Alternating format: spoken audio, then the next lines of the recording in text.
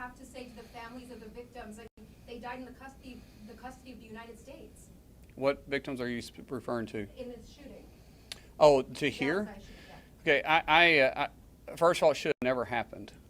The rhetoric that the left continues to want to spew out leads to what Brandon said, the congressman said, to this type of reaction, because when you spew it enough, eventually you're going to get someone that's mentally unstable that's going to take those words literally and not realize that it's just political theater. It's just for them to get clicks and for their social media to maybe get some attention. I tell people that in political business, people will hurt you a lot to gain themselves a little.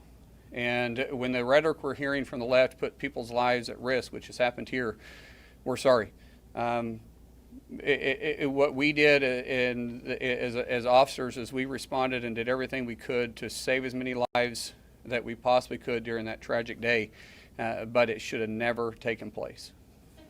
Yes. You suggested that you're going to consider pulling CBP officers from airports you consider sanctuary jurisdictions.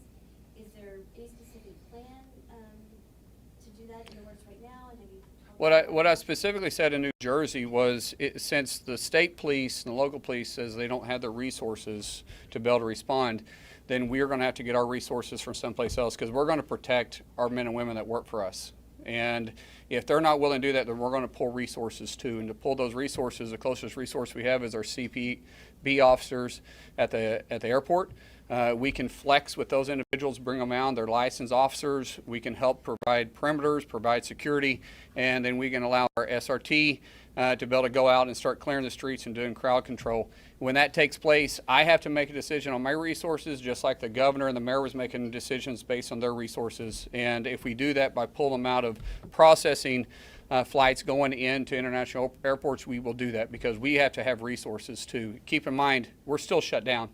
So our resources may not be where they should be, but our men and women are still showing up and doing their job. Do you have a plan with this in place right now, where this is?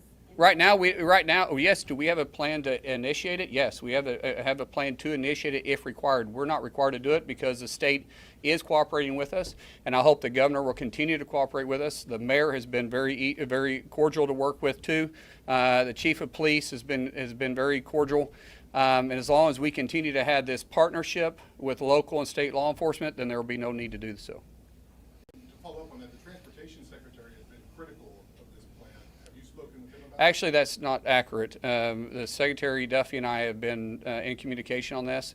He understands. There was it was misreported out there saying that I was going to stop international flights from coming in, and I believe what he said is that I don't have the authority to do that. I don't.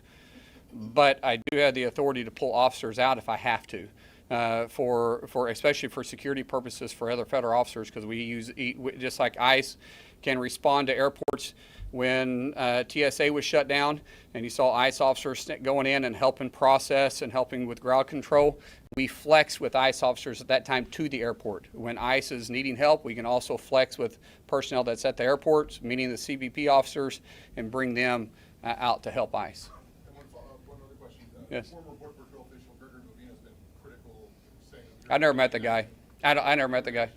No, he's irrelevant to me. I don't know who he is. What else, guys?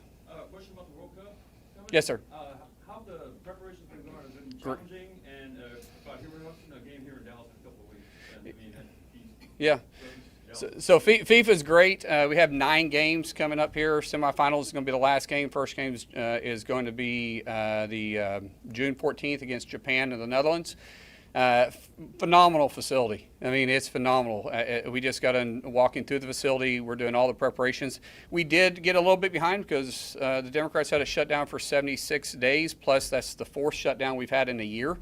This preparation has been going on for quite some time. We were behind on getting some federal grants out to local law enforcement, but I tell you, the work never stopped. This is what law enforcement does, regardless if the Democrats want to pay them or not. They continue to do their mission. They signed up to do a job because they were called to do it, not because they absolutely got into it for the pay. You'll see most officers aren't getting very wealthy. They're just providing a living, but they're willing to do their job for free. So even during the shutdown, preparation didn't stop. We have cooperation from federal agencies all through DHS and some through DOJ and through local and state. We have UAS technology going up. We have perimeters being pushed out. We're having the site being completely secured. So if you've had an opportunity to take a look at it, it's pretty impressive. And we repeat this, by the way, through 11 different cities.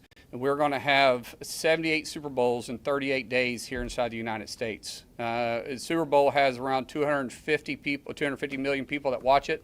We're going to have 1.4 billion watching the FIFA games, and then we're going to have a little over between 5 and 7 international visitors to the United States, and we're going to be able to highlight the greatness of the United States along the way. So we're excited about it. A lot of preparation.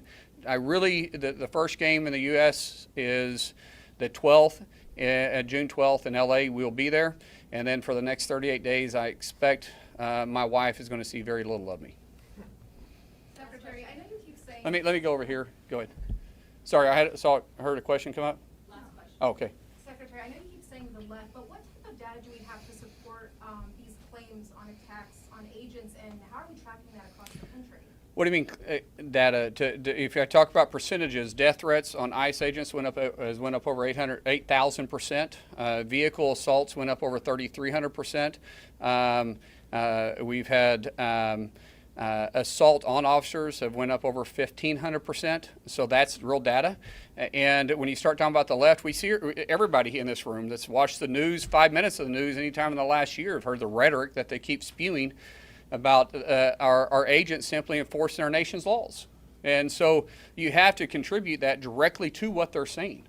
When you see some of the activity that's going on, you see what the left is repeating, and then what you hear these crowds start chanting, you know it's coming directly from them. And it's very reckless on their behalf. They are literally spilling Americans' blood because of what they're saying. And there's no question about it. Every time an incident like this takes place, it is directly related to the hatred that they're doing for no other reason but to get some type of political attention, because they know that our officers that work within DHS and work across the nation, be it state, local, or federal, is enforcing our laws that these elected officials passed. They're doing it every single day, making sure that we get home safe, making sure even the ones that are spewing the most ridiculous and most hateful things, making sure those individuals still get home safe before they'll get home safe to their family. And that's why we should hold these individuals, not just the three here, but every